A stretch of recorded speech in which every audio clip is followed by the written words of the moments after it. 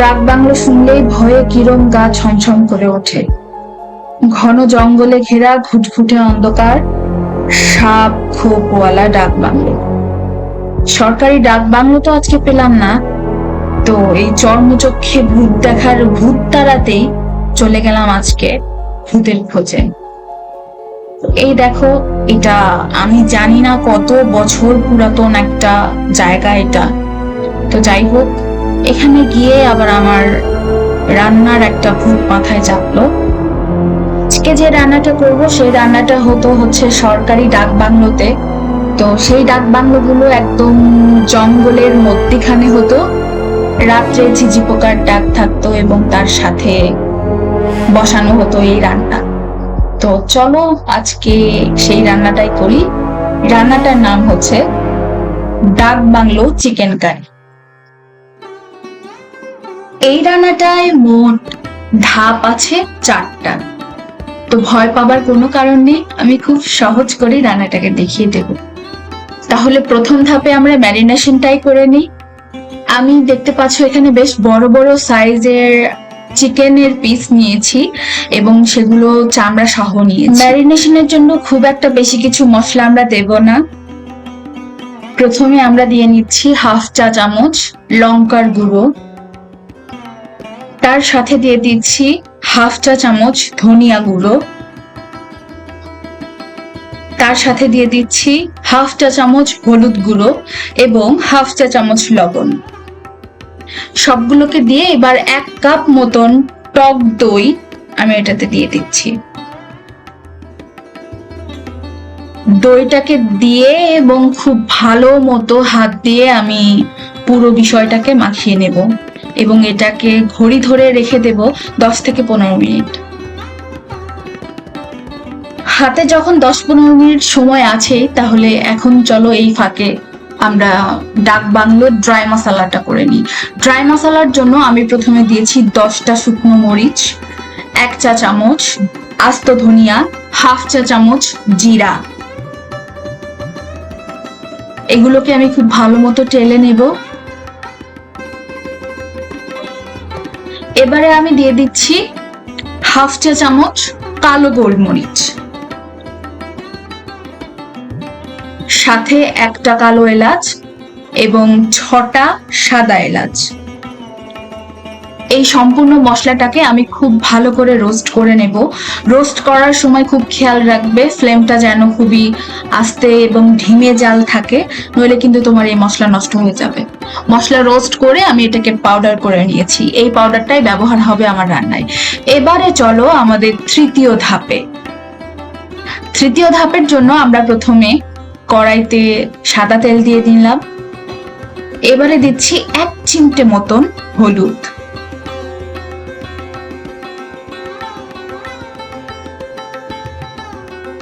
এই হলুদটা সম্পূর্ণ ব্যবহার করা হচ্ছে কালারের জন্য।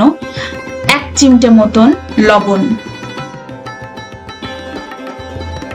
এবারে এটাকে সাদা তেলের সাথে একটু ভালো করে মিলিয়ে নেব।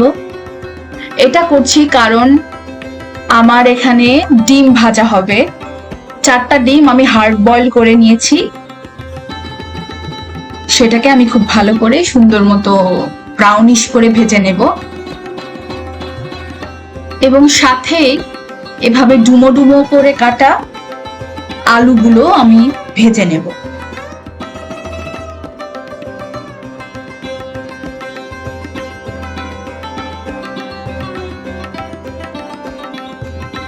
এই কাজটা কিন্তু করতে হবে খুবই আস্তে ফ্লেমে। এবারে আমার ডিমগুলো ভাজা হয়ে গেছে, আমি ডিমগুলোকে তুলে নেব। আলুটা আমার আরো কিছুক্ষণ ভেজে আমি তারপরে আলুটাকেও তুলে নেব। এখন পর্যন্ত যারা আমার পেজ দা ফারিহা এবং ইউটিউব চ্যানেল দা ফারিহায় সাবস্ক্রাইব করো নাই, তারা এখনই সাবস্ক্রাইব করে দেবে, নইলে কিন্তু পরে খুব ভালো ভালো কন্টেন্ট আসতে যাচ্ছে। এতকাল আমি ইউটিউবটা রান করিনি কারণ আমার কাছে ওভাবে সময় হচ্ছিল না কন্টেন্ট বানানোর। এখন কিছুটা সময় পেয়ে গেছি, তো সবাই আমার ইউটিউব চ্যানেল দা ফারিহায় সাবস্ক্রাইব করে দেবে। এবারে আমি চলে যাব আমাদের মেইন রান্নায়। আমাদের মেইন রান্নাটা করব সরিষার তেলে। এখন আমি দিয়ে দিচ্ছি একটা দারুচিনি পাতা, 4টা তেজপাতা, এই ধরো 4-5টা মতন লং। এগুলোকে আমি একটু তেলে ভেজে নিচ্ছি।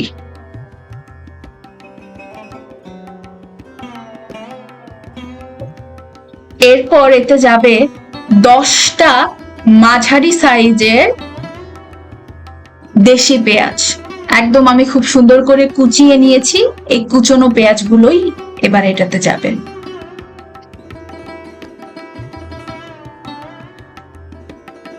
পেঁয়াজগুলোকে আমি খুব ভালো করে ভেজে নেব।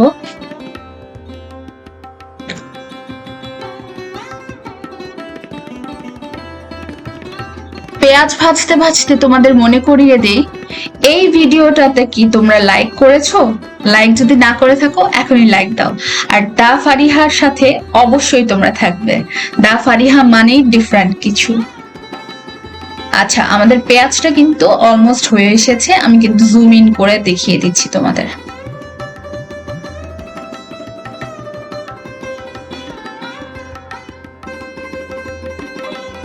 আমরা পেঁয়াজটাকে আর খুব একটা বেশি ভাজবো না।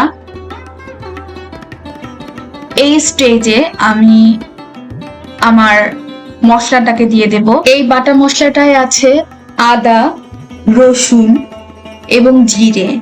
এই 3টা একসাথে করে আমি বেটে নিয়েছি। সেই মশলা থেকে অ্যাপ্রক্সিমেটলি এখানে যাচ্ছে 2 টেবিল চামচ। প্রথমে মশলাটাকে দিয়ে আমি একটু সাইডে মশলার জলীয় অংশটাকে একটু বার করে দিচ্ছি। জলীয় অংশটা বেরিয়ে গেলে আমি আমার ভাজা পেঁয়াজটার সাথে আমার মশলাটাকে মার্চ করে দেব। এবারে এই পুরো বিষয়টাকে খুব ভালো করে কষিয়ে নেব। এখন পালা আমাদের ম্যারিনেট করে রাখা মাংসগুলোকে অ্যাড করার। ব্যাস, দিলাম ঢেলে। এবারে এই দুটোকে একসাথে খুব ভালো করে মিশিয়ে কিছুক্ষণ কষিয়ে নেব।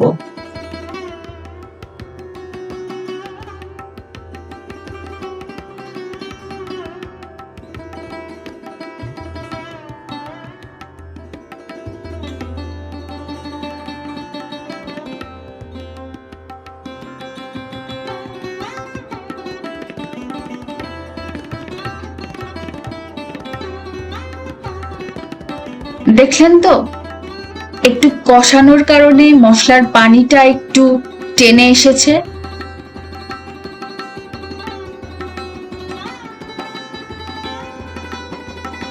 মাংসের কাঁচা গন্ধটা চলে যাওয়া অবধি আমি একটু কষাতে থাকবো, কারণ আমাদের আলুগুলো যে অ্যাড করব সেই আলুগুলো কিন্তু ভাজা আলু। এবারে দেখতে পাচ্ছেন আমি সাইডে একটু জায়গা করে নিচ্ছি আমার ভাজা আলুগুলোকে এটার সাথে শামিল করে দিলাম।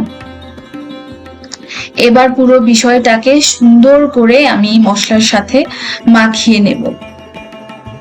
দেখতে থাকুন পুরো ভিডিওটা।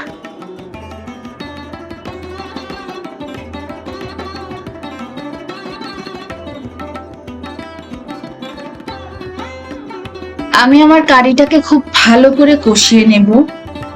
এমন ভাবে কষাবো যাতে কষাতে কষাতেই আমার আলুগুলো সেদ্ধ হয়ে যায়।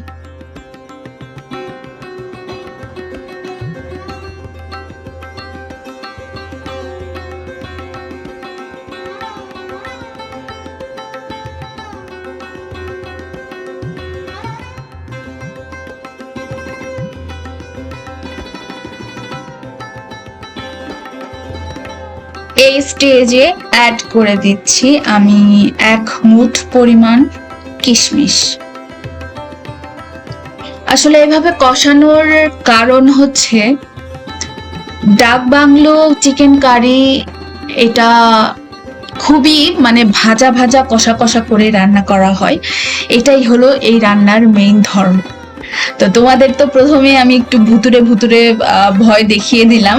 আসলেই ডাক বাংলোগুলোতে এত কাক থমথমে গা ছমছমে একটা ভয়ের একটা অবস্থা থাকে। তো ওর মধ্যেই এভাবেই রান্না করা হয় চিকেন ডাক বাংলো। তো দেখতে থাকো পুরো ভিডিওটা এবং দা ফারিহার সাথেই থাকুন।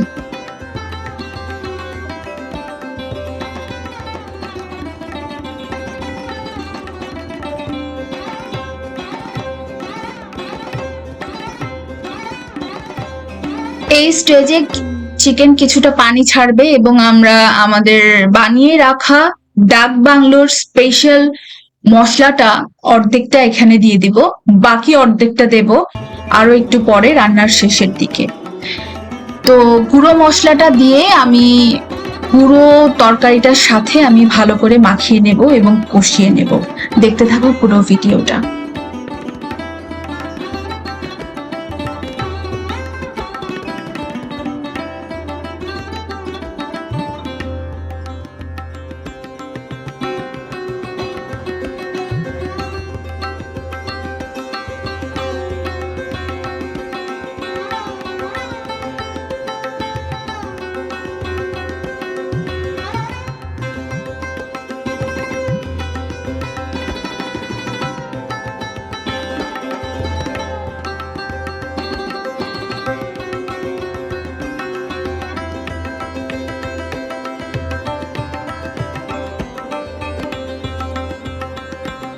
আমাদের আজকের এই ডাক বাংলো চিকেন কারিটা কিন্তু 95% হয়ে এসেছে। এবারে আমরা সেদ্ধ ডিমগুলো, ভেজে রাখা সেদ্ধ ডিম, সেগুলোকে দিয়ে দেব।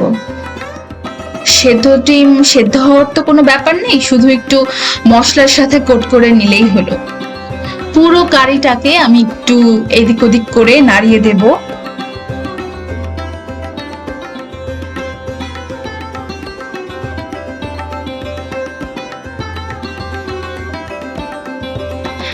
এবারে লাস্ট স্টেজে দিয়ে দেব আমার বাকি মশলাটুকু।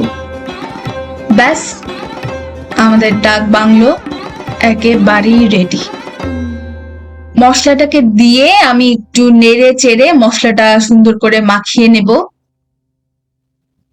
আমার ফেসবুক পেজ এবং ইউটিউব চ্যানেল দুটোর নামই কিন্তু দা ফারিহা। তো যারা নতুন তারা তো পেজে লাইক করে দেবে, আর যারা কিনা এখন পর্যন্ত আমার ইউটিউব চ্যানেলে সাবস্ক্রাইব করনি তারা সাবস্ক্রাইব করে দেবে। তাহলে চলো রান্নাটাকে একটু জুম ইন জুম আউট করে দেখা যাক রান্নার কনসিস্টেন্সিটা কেমন এলো। দেখতে কত ভালো লাগছে, মাশাআল্লাহ। এবারে এই চিকেন ডাক বাংলোটাকে খুব সুন্দর করে সাজিয়ে পরিবেশন করব। কিছুই না, এটা এমনিতেই দেখতে এত সুন্দর এবং খেতে তো মাশাআল্লাহ অনেক ভালো। এই যে দেখো আমার ফাইনাল লুক চিকেন ডাক বাংলো। শুধু দেখলেই চলবে না, বাড়িতে অবশ্যই বানাতে হবে। দা ফারিহার সাথেই থেকো এবং আমার ইউটিউব চ্যানেল দা ফারিহা সাবস্ক্রাইব করো। আজকের মতো এতটুকুই। আল্লাহ হাফেজ, সবাই অনেক ভালো থাকবে।